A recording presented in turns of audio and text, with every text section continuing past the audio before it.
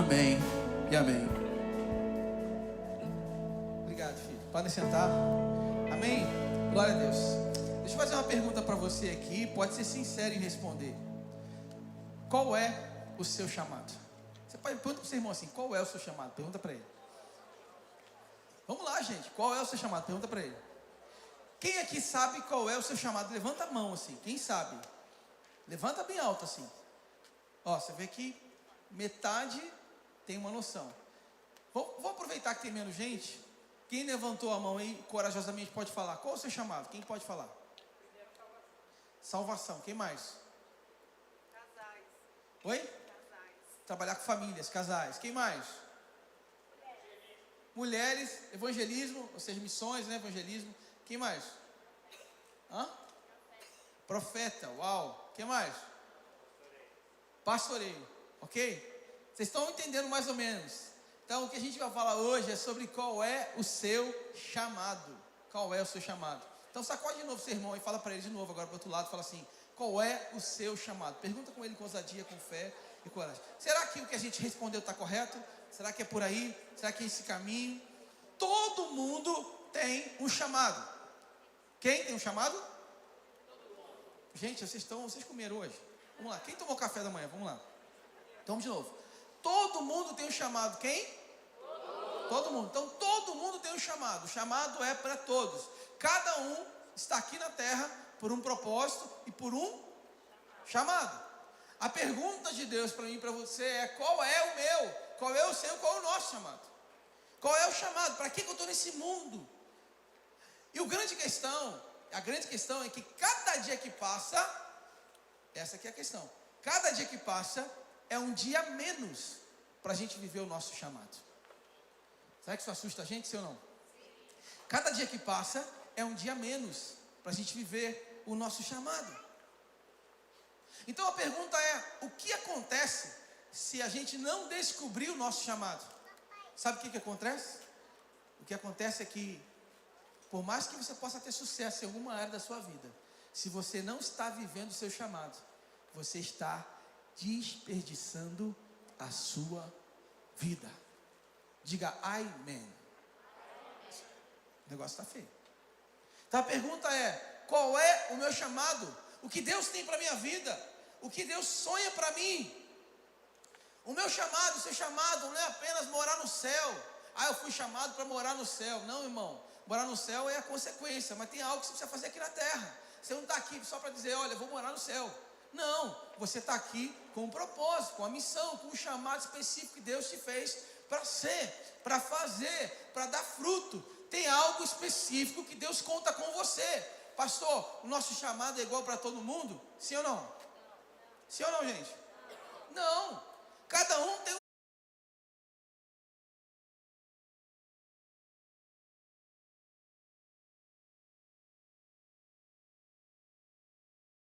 aí, porque é mais um dia que ele ganha sem você cumprir o seu chamado. Então, nunca foi tão importante a gente falar sobre isso. Nunca foi tão importante a gente conversar sobre o nosso chamado. Eu fico imaginando quando a gente olha para um aeroporto que está fechado, uma ala do aeroporto que está fechado, e a gente vê aquele monte de avião. Quem já viu aqui um hangar assim, com um monte de avião abandonado, assim, tudo empoeirado, feio, sujo, assim, enferrujado, parado, estacionado? Quem já viu essa cena assim, de aviões assim? É exatamente isso que acontece na minha vida e na sua vida, quando você quer um avião, você que está voando alto, você que está vivendo grandes sonhos de Deus, você está parado, estacionado, sem viver o seu chamado. Então, nós vamos conversar hoje sobre como viver esse chamado, sobre o que Deus espera de nós, sobre quando Deus espera de nós e o que realmente podemos fazer e contribuir para o reino de Deus. Abra sua Bíblia, Evangelho de Lucas, capítulo 5. Evangelho de Lucas, capítulo 5. Nós vamos ler sobre o chamado de um discípulo, de um apóstolo, um chamado histórico. E a gente aprende tanta coisa aqui com essa mensagem, com essa passagem. Evangelho de Lucas, capítulo 5, a partir do verso 27.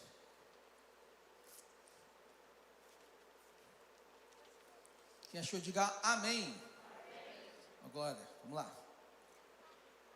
Depois disso, Jesus saiu e viu um publicano chamado Levi, sentado na coletoria, e disse-lhe: siga-me. Levi levantou-se, deixou tudo e o seguiu. Então Levi ofereceu um grande banquete a Jesus em sua casa. Havia muita gente comendo com eles, publicanos e outras pessoas. Mas os fariseus e aqueles mestres da lei, que eram da mesma facção, queixaram-se aos discípulos de Jesus. Porque vocês comem, e diz assim, porque vocês comem e bebem com publicanos e pecadores. Deixa eu falar uma coisa, você não está fazendo nada, ninguém reclama. Agora começa a frutificar para você ver. Sim ou não, gente? Começa a dar fruto para você ver aqui, já rapidinho, já não tem, começa um monte de inimigo. Começa um monte de gente falar mal, começa um monte de gente reclamar. Porque vocês comem e bebem com publicanos e pecadores? Jesus respondeu: não são os que têm saúde que precisam de médico, mas sim os doentes. Eu não vim chamar justos, mas pecadores ao arrependimento. Feche seus olhos. Senhor, o que nós queremos é ser impactados por essa palavra. Não queremos que seja mais um culto, mais uma pregação, mas queremos que seja uma palavra rema, que fale ao nosso coração, que transborde, que mude a nossa forma de pensar, de agir, que ative o seu chamado em nós. Essa é a nossa oração. Em nome de Jesus, diga amém. Quem era o publicano? O publicano era uma espécie de traidor. O publicano era alguém responsável por coletar os impostos do seu povo. Porque o publicano não era um romano. Ali naquele tempo era dominada, a Palestina dominada pelo Império Romano, e em alguns lugares haviam cobrança de impostos, e quem fazia a cobrança de impostos era um judeu. Eles colocavam do povo judeu para fazer a cobrança de impostos. Só que essa cobrança, ela era de forma indevida, eles extorquiam o seu povo, eles até ganhavam bem, o publicano era alguém bem sucedido financeiramente. Porém, ele era odiado pelo seu povo porque ele fazia isso de forma errada, ele extorquia, ele maltratava, ele humilhava o seu próprio povo. Esse era o publicano. E no Evangelho de Mateus, capítulo 9, verso 9, Jesus ele chama também o coletor de impostos. Já no Evangelho de Marcos 2,14, Jesus chama esse coletor de impostos de Levi, filho de Alfeu. Então, quando a gente olha para essas duas passagens, a gente entende que esse trecho não está falando de Levi, está falando de Mateus. Levi são a mesma pessoa. Então, nós podemos entender que essa passagem está falando sobre o grande chamado do discípulo Mateus. Quantos já ouviram falar de Mateus? Amém? Então, pensa numa história emocionante a partir do que Deus fez na vida de Mateus e através de Mateus. E a vida de Mateus, ela oferece aqui algumas lições que a gente aprende com esse chamado. Primeiro, que o chamado de Mateus foi muito interessante, porque Jesus olhou para aqueles que ninguém olhava. Jesus olhou para aqueles que eram odiados. Jesus acreditou no improvável. Jesus acreditou em alguém que ninguém acreditava. Quem está entendendo o que eu estou falando? Então, se você chegou aqui hoje, nessa manhã, se sentindo alguém improvável, sentindo alguém sujo, sentindo alguém incapaz, sentindo alguém talvez que, olha, eu acho que isso não é para mim, eu acho que Jesus não me ama assim dessa forma. Deixa eu te falar, Jesus ele é especialista em amar pessoas imperfeitas. Sabe por quê? Porque ninguém aqui é perfeito. E deixa eu te falar mais uma coisa, se você está se sentindo doente, deixa eu te falar uma coisa, Jesus veio para você, Jesus não veio para o são. Vocês viram um amém, um aleluia, glória a Deus, gente? Jesus veio para nós, Jesus veio para os doentes. Então todos nós estamos aqui porque nós reconhecemos que precisamos de cura, precisamos do poder de Deus em nossa vida, precisamos de milagre, precisamos da mão do Senhor estendida sobre a nossa casa e a nossa vida. Quem crê nisso diga amém. Amém. Então o que eu entendo com esse texto? Primeiro, o que Deus espera de mim e de você? Essa é a pergunta que eu quero responder nessa manhã. O que Deus espera de mim e de você? Primeiro, você foi chamado para seguir a Jesus e não para que Jesus o siga. Então vamos repetir isso. Eu fui chamado para seguir a Jesus e não para Jesus me seguir. Está aí uma realidade hoje. A gente hoje está entendendo que Jesus precisa seguir aquilo que eu faço, aquilo que eu vivo, aquilo que eu pratico. Então eu tomo uma decisão, depois eu falo, Deus, abençoa. Eu escolho sócio, depois eu falo, se vira, Deus, dá o teu jeito. Eu escolho o cônjuge, depois eu falo, agora abençoa esse casamento. Eu tomo uma decisão na frente de Deus, depois eu quero que Deus venha lá e resolva os meus problemas. Esse é o nosso desafio hoje. Nós precisamos aprender a seguir a Jesus e não mandar que Jesus siga a gente. Obrigar Jesus, que Jesus siga a gente. Quando a gente vai para Atos capítulo 16, a gente tem um exemplo disso. Uma passagem onde eles estão bem intencionados. Que às vezes o problema não é nem a intenção, sua intenção é boa. Mas às vezes, se a sua intenção é boa, mas você está fazendo isso no tempo errado, na direção errada, sem ouvir a voz de Deus, sem estar no tempo de Deus, deixa eu te falar, vai dar errado. Vai dar errado. Por mais que a sua intenção seja boa. Em Atos capítulo 16, a gente tem um exemplo ali dos discípulos querendo ir pregar em uma certa cidade. E o Espírito Santo impediu eles de estarem lá. Ainda não é momento, não é agora, não é aí. A estratégia não é essa. Eu tenho uma outra estratégia para vocês. Quantos aqui conhecem as estratégias de Deus para a sua vida, para o seu chamado e para os planos que Ele tem para a sua vida? Nós falamos aqui, alguns já sabem qual é o seu chamado. Aí a pergunta qual é? E qual é a estratégia de Deus para que seu chamado possa frutificar a 30, 60 e a 100 por 1 hoje? O que Deus espera que você comece a viver hoje, praticar hoje, para que você cumpra o seu chamado na íntegra, na essência, no ápice daquilo que Deus tem para você? Então, quando a gente acha que Jesus tem que ir atrás de nós, a gente começa a entender que a gente faz e depois Deus se vira para consertar aquilo que a gente está fazendo. Ah, mas eu estou muito bem intencionado, pastor, olha, eu sei muito bem o que eu estou fazendo. Deixa eu te contar uma história. Um dia, um homem chamou um amigo dele, que ele queria ajudar, ficou desempregado, passando por necessidade. E aí ele falou, cara, não, vem morar aqui em casa. E chamou esse amigo para morar na casa dele.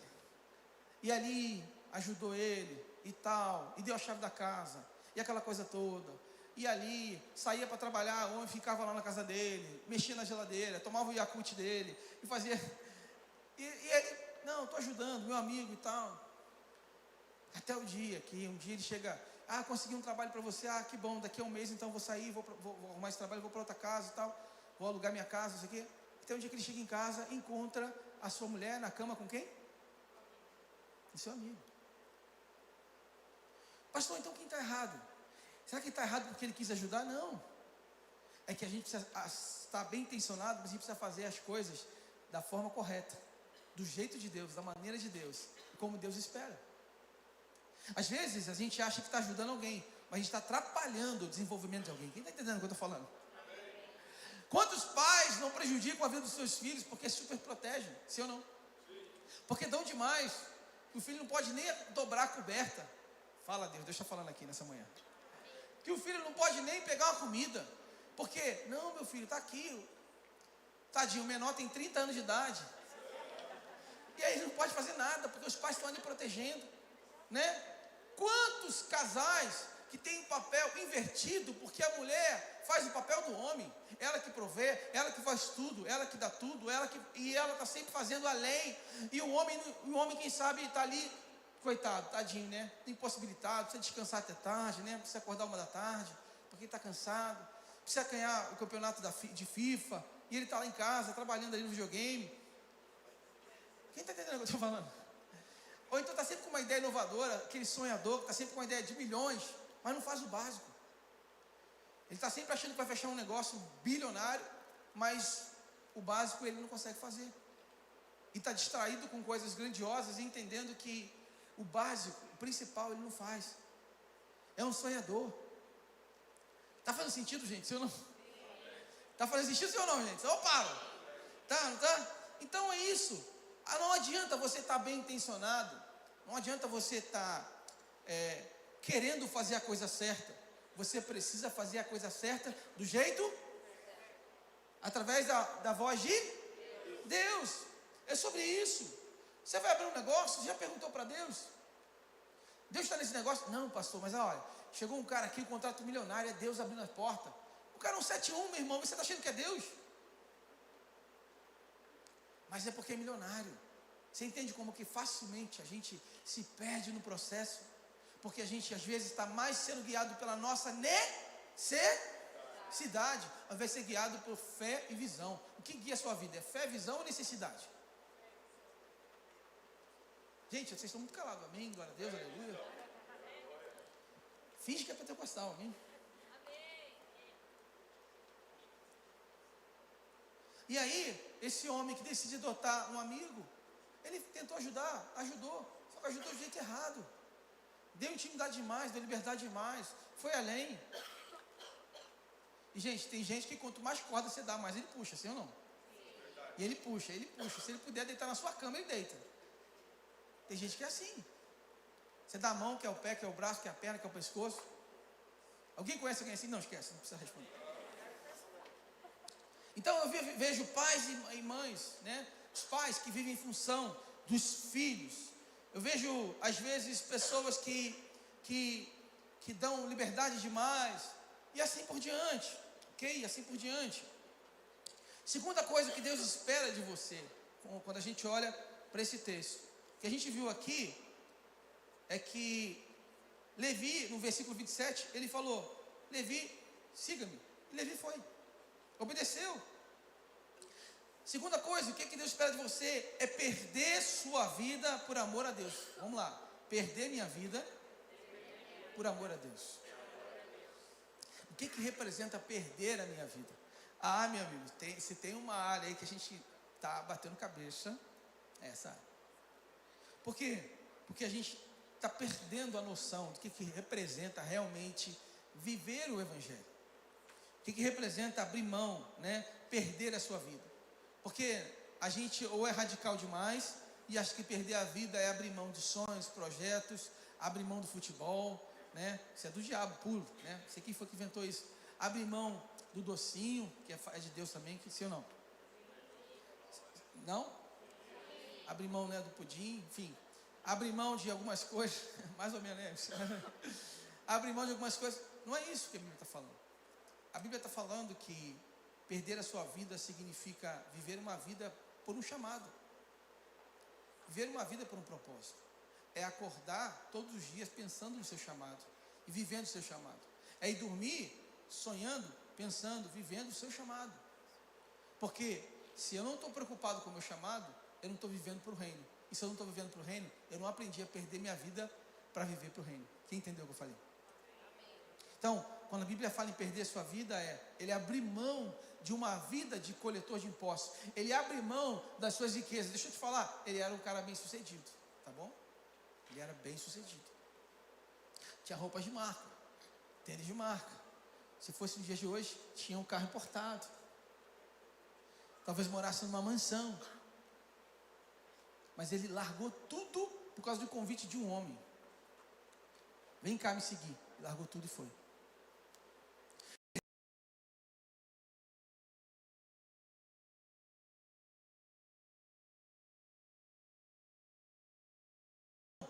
Abrir mão é entender que o seu coração não está mais no seu dinheiro, mas está em Deus. Então você pode não entregar seu salário todo para a igreja, mas você está sonhando com a expansão do reino, você está vendo como que você pode contribuir, você está sonhando em avançar cada vez mais, você está sonhando em ver cada coisa que acontece nessa igreja crescer, você está sonhando as salinhas das crianças crescerem, romperem, você está sonhando em ter 1000 crianças aqui no Auditório Kids, quem crê nisso? Você está sonhando em ver famílias transformadas, o seu sonho está atrelado ao sonho de Deus, irmãos. É sobre isso. Perder sua vida por amor a Jesus é viver o caráter cristão e cumprir o seu chamado. Agora, o problema é que a gente não está querendo viver o caráter cristão. Alguns adoram mais o seu sofrimento do que adoram ao Criador. Alguns exaltam mais o seu orgulho do que a sua fé. Outros só amam os prazeres desse mundo, mas não entendem que o Deus que pode todas as coisas quer ter um encontro com Ele, quer guiar Ele para a sua missão e seu propósito, seu chamado. É sobre isso. Alguns amam mais os seus livros ou outros livros do que a Bíblia. Ter o caráter cristão é ter a Bíblia como o seu principal.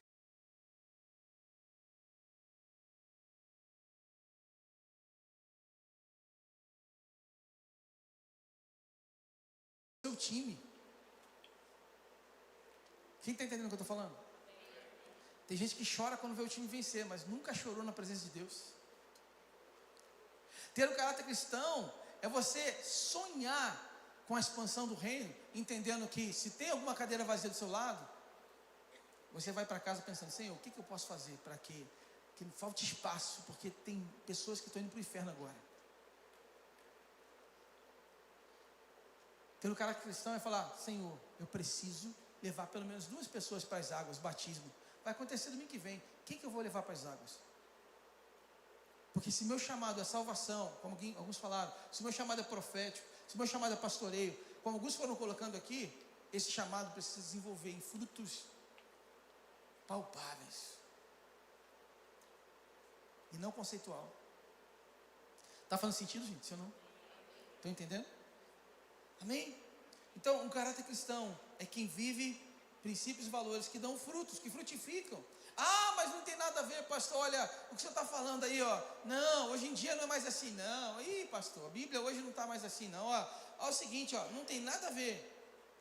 Importa os seus sentimentos, você precisa ser feliz. Quem já ouviu essa baboseira? Olha, você pode escolher o sexo que você quiser. Fica tranquilo.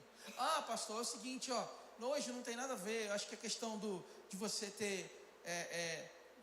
a gente precisa encontrar... Vou falar... Posso rasgar o verbo aqui, se não? Posso falar abertamente, se não?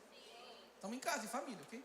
Ah, eu tenho que experimentar várias mulheres, para depois eu escolher quem vai ser a mulher ideal para mim. Inclusive na cama. Esse é o mundo de hoje. Ah, não, pastor, não tem nada a ver. Olha, eu acho o seguinte, eu acho que a gente tem que ter liberdade mesmo, porque é o seguinte, eu posso fazer o que eu quiser, e a Bíblia não condena isso. Nós precisamos tomar cuidado, gente, que a gente está deixando que alguns valores do mundo se tornem uma realidade dentro da igreja, e por conta disso, a gente está cada vez mais afastado do caráter cristão, do perder a vida como Jesus está ensinando para a gente aqui. Perder a vida é abrir mão dos valores do mundo, é abrir mão dos prazeres do mundo. Ah, então você está dizendo para mim que se eu viver uma vida em Cristo, eu não vou ter mais prazer. Não, meu irmão, pelo contrário, você vai ter um prazer que você nunca teve na sua vida. Você vai ter uma alegria que você nunca teve na sua vida. Você não vai ter uma alegria passageira não, você vai ter uma alegria eterna. Você não vai ter uma paz de vez em quando não, você vai ter uma paz que excede todo entendimento, meu irmão. Se você tiver uma nova vida de Jesus, sabe o que vai acontecer? Você vai encontrar um propósito, uma missão, você vai dar frutos eternos, você vai começar a ter a alegria de viver, não de uma forma, estou alegre aqui tomando uma cerveja com a galera, não. Você vai ter uma alegria que vai preencher você de uma forma, porque você vai começar a olhar para a vida com outro ângulo, porque você sabe muito bem que riqueza não é comprar o que o mundo pode dar. Riqueza é você ter aquilo que o dinheiro não pode pagar, irmão. E essa riqueza, você me desculpe, você não consegue sem ter um caráter cristão. Que todo mundo está ensinando aí, não, faz assim, faz assada, perdão, e dá um monte de nome. Deixa eu te falar, está tudo na Bíblia. Se chama caráter cristão.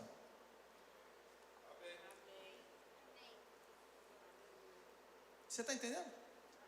Tem gente que está cobrando um rio de dinheiro aí para te dar uma imersão, não sei o que, só para te falar coisas relacionadas à caráter cristão. Aí não fala que é da Bíblia, alguns até falam.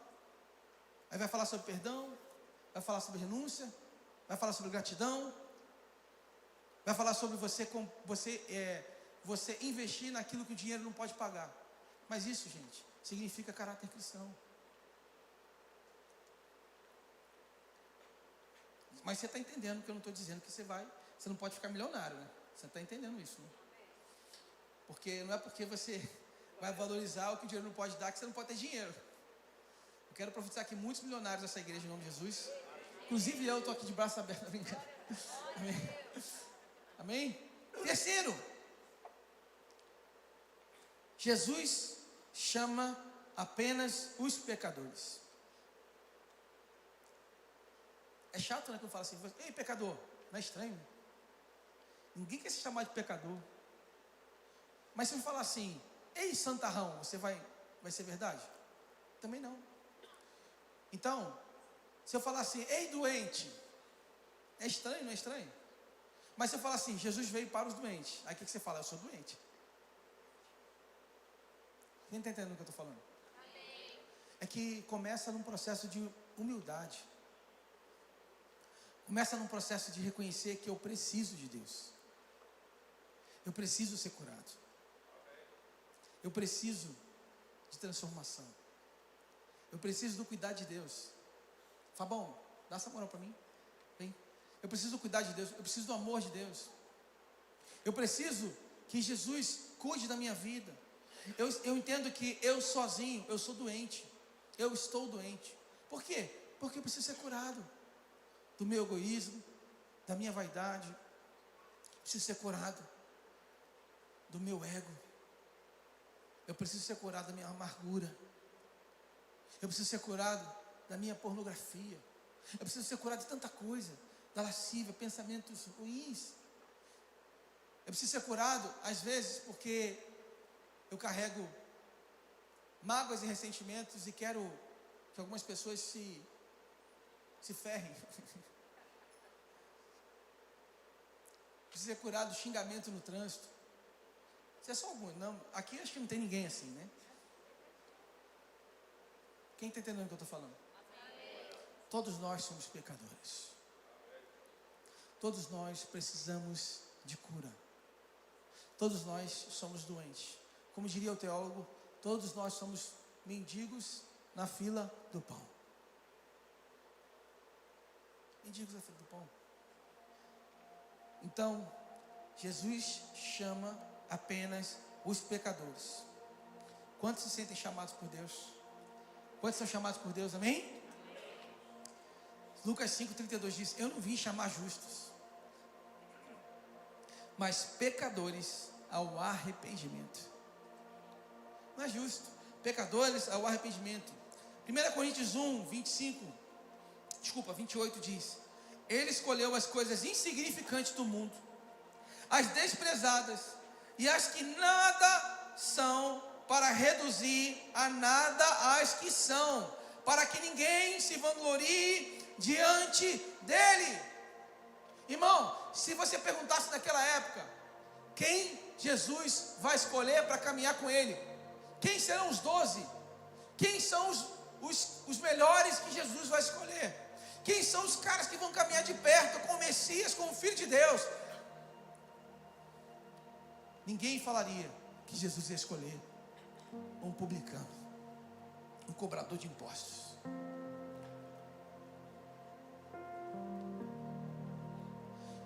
E se Jesus escolher um publicano, alguém limitado, pecador, se Jesus fez isso na vida dele, imagina o que Deus vai fazer na minha vida e na sua vida.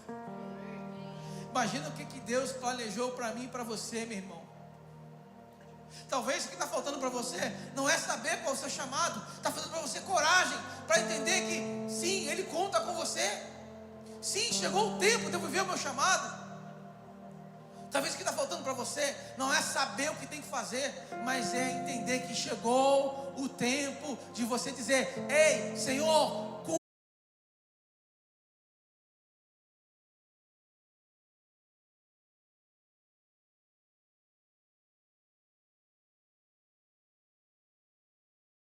improvável.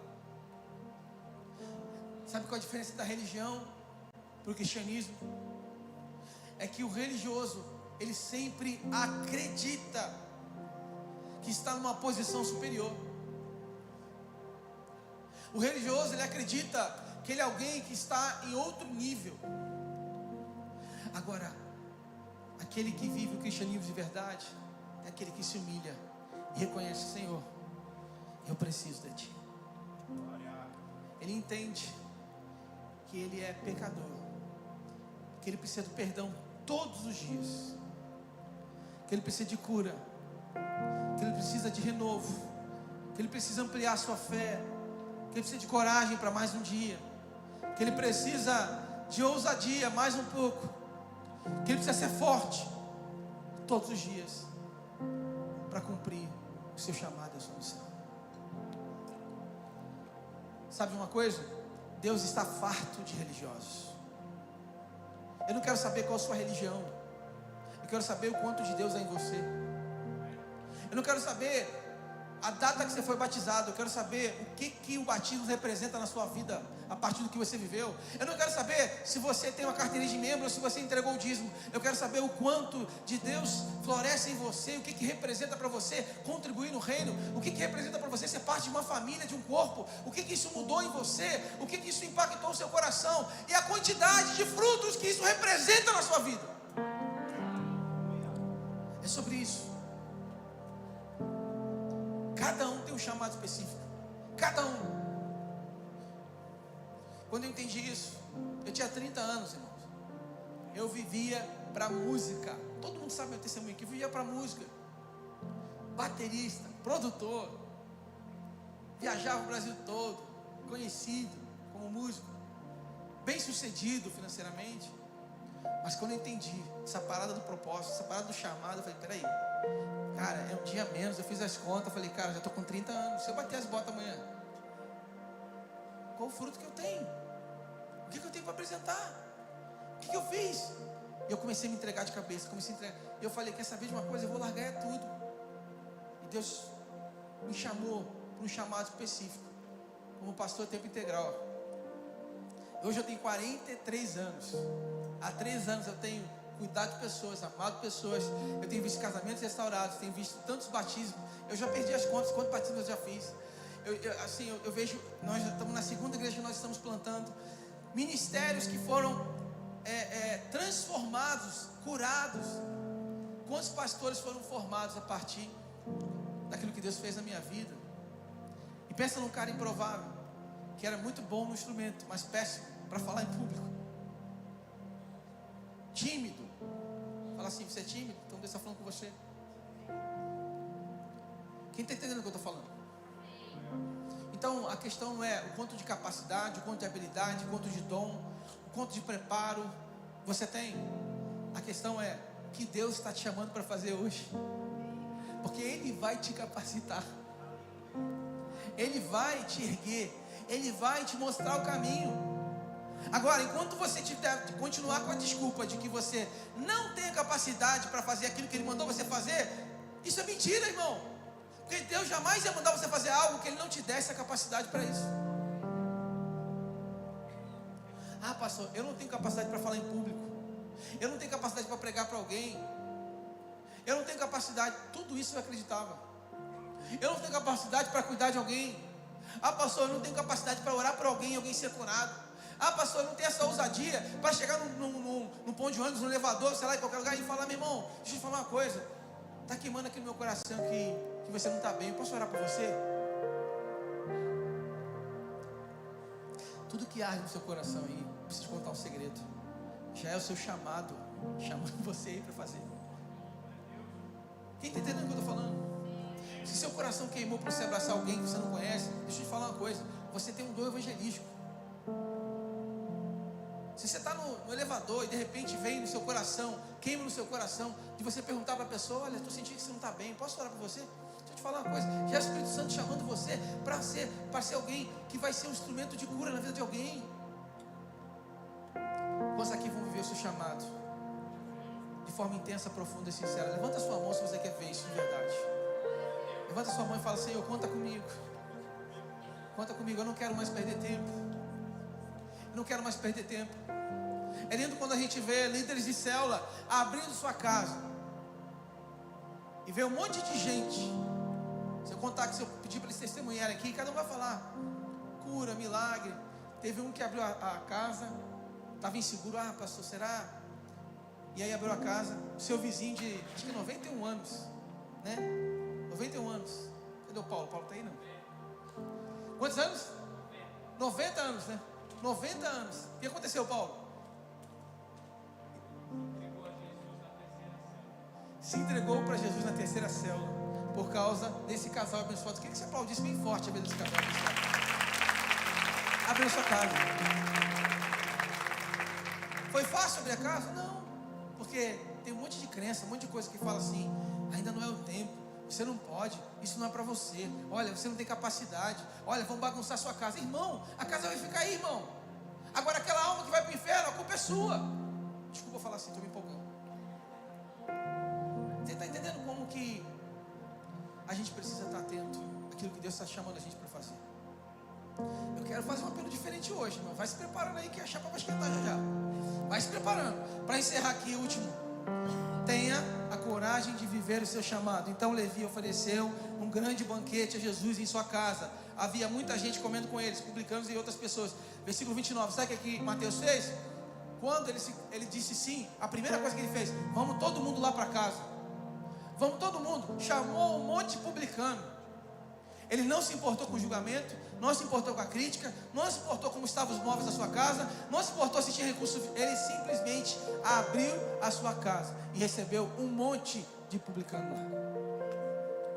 A ousadia de viver para o seu chamado. Pastor, como eu posso ver meu chamado? O que mais age no seu coração? Qual a habilidade que Deus tem te dado? O que você mudaria no mundo? São perguntas que quando você responde, isso começa a ativar você diante do seu chamado.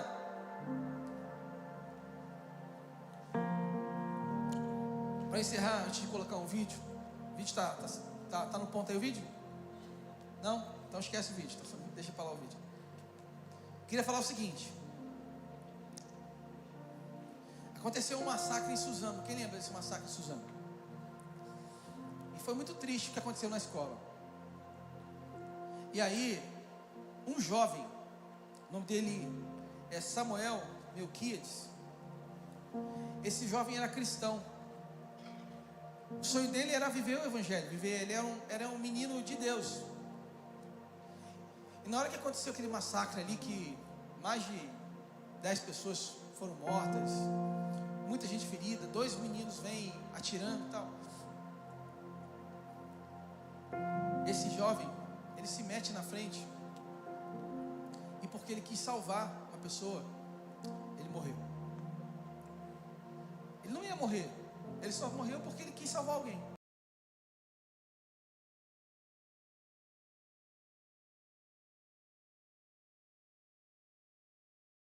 O pai dele falou assim: eu sempre ensinei para ele ser um homem bom, ajudar o próximo.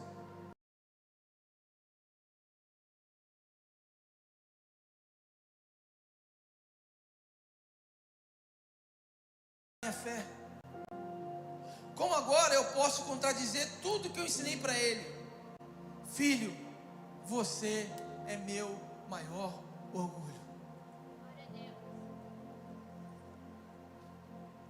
Nós precisamos ensinar para os nossos filhos a coragem de pagar o preço que for para viver para o evangelho. Nós precisamos estar dispostos a fazer o que for para salvar alguém. Nós precisamos ter a coragem de entender que cada vida importa demais para Deus. E para um pai falar uma coisa dessa não é fácil, mas aquilo que ele ensinou na prática, ele viu o seu filho fazer. Como a vida de Jesus, como o próprio Deus entregou o seu filho para salvar o mundo, esse pai viu o seu filho sendo entregue para salvar a vida de uma pessoa. Que orgulho desse pai. Que galardão que esse menino vai receber. Essa vida aqui é curta, mas existe uma vida eterna separada para aqueles que vivem em prol do reino. Queria te convidar a ficar de pé. Nós vamos cantar uma canção e depois eu quero orar com você. Sabe aquele Mateus, o cobrador de impostos, o improvável, aquele que era odiado pelo seu povo, se tornou o discípulo de Jesus, escreveu o Evangelho de Mateus, deixou escrito ali, para o nosso entendimento, a importância da vinda de Jesus com a tradição judaica, com as leis do Antigo Testamento. Deixou para nós claro uma obra relevante e que até hoje impacta o mundo. De um improvável a alguém que deixou um legado que impactou o mundo. O que Deus vai fazer com você? Qual será o legado que você está construindo, que Deus espera de você? O que Deus quer fazer a partir do seu chamado, do seu dom? Nós vamos cantar, depois eu quero orar com você, e você vai sair daqui tomando uma decisão. Todos aqui em nome de Jesus, você vai tomar uma decisão, que você não vai mais adiar o seu chamado. Quantos podem levantar a mão e falar assim: Senhor, bem alto, Senhor, eu não abro mão de cumprir o meu chamado.